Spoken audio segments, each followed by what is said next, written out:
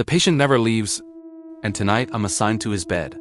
Dr. Emily Carter had seen her fair share of hospital horrors, from grim accidents to patients with terrifying injuries.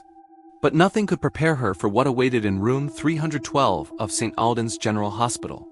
The room had been closed off for months after a series of unexplained deaths. Whispers of a patient who never left, and strange occurrences that staff refused to explain.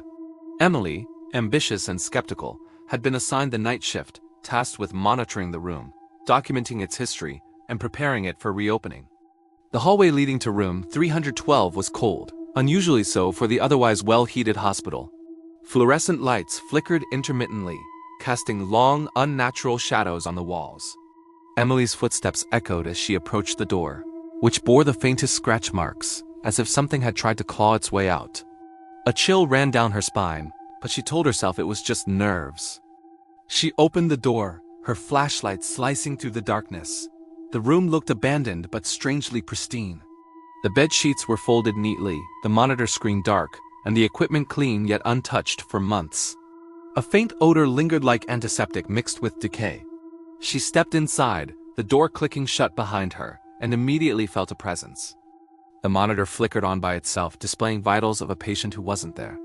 The heart rate steadily pulsed slow at first, then rising erratically. Emily frowned, checking the machines.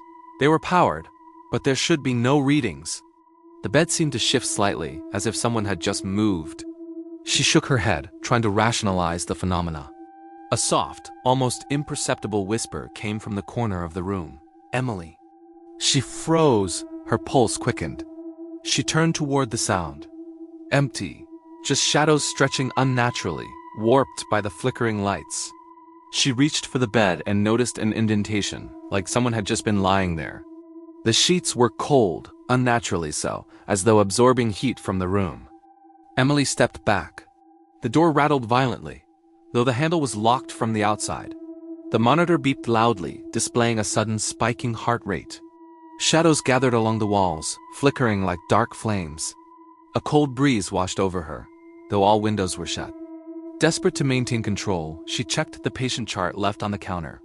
It belonged to a man named Victor Hale, admitted decades ago under mysterious circumstances. His records ended abruptly: no discharge, no death certificate, just a notation. Patient refuses to leave. Condition unknown. Emily's stomach churned.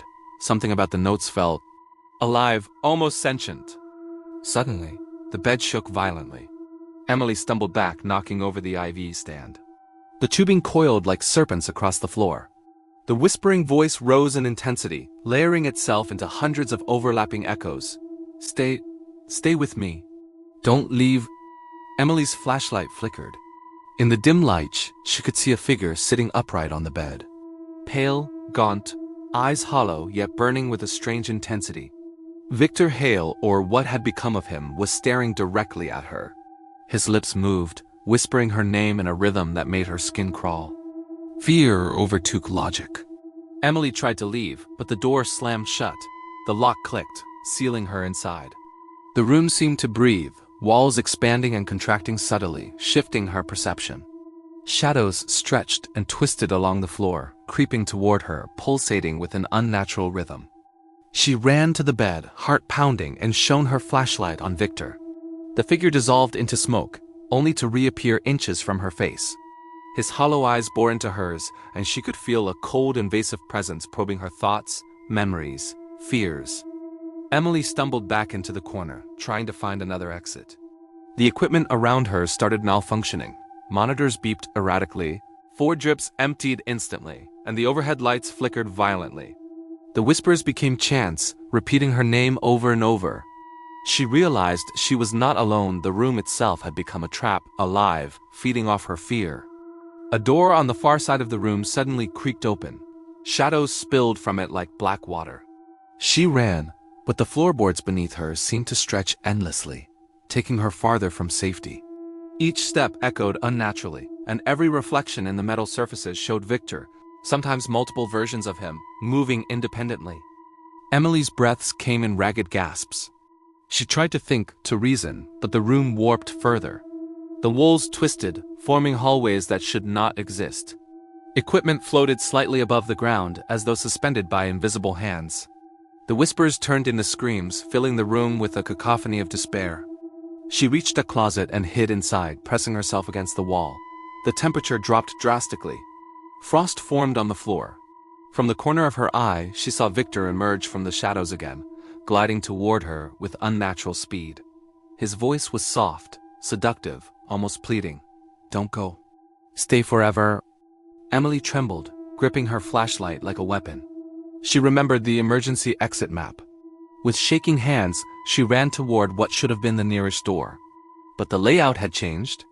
Corridors stretched impossibly, doors leading to rooms she didn't recognize. Each room held a different horror, surgical tools moving on their own, old patient charts scattered like a storm, and shadows that flickered with grotesque forms. She stumbled into the hospital chapel, long abandoned, the stained glass windows shattered. The air here felt heavier, charged. Candles, though no match was lit, flickered to life on their own. In the center, Victor hovered above the altar, pale and thin, whispering her name repeatedly. The shadows behind him multiplied, forming twisted humanoid shapes, all reaching for her. Emily screamed, running blindly into the nearest hallway. The walls pulsed, breathing. The floor warped beneath her feet. Every surface reflected her fear back at her in warped images. Hollow eyes, gaping mouths, twisted figures reaching through the walls. The hospital was alive, feeding, reshaping itself to trap her. Hours, or what felt like hours, passed. Emily was exhausted, drenched in sweat, her flashlight flickering intermittently. She realized the hospital wanted her to succumb to fear. Every shadow, every whisper, every reflected image was designed to break her. And somewhere deep inside, she understood that Victor Hale had not died. He had become part of the building, a sentinel of terror feeding on those who dared enter. Finally, she saw the main entrance. The doors appeared normal, untouched by shadows. She ran toward them, adrenaline pushing her through the last hallway. Just as she reached the exit, a hand shot out from the wall, icy cold, grabbing her ankle. She fell, scraping her knees on the linoleum.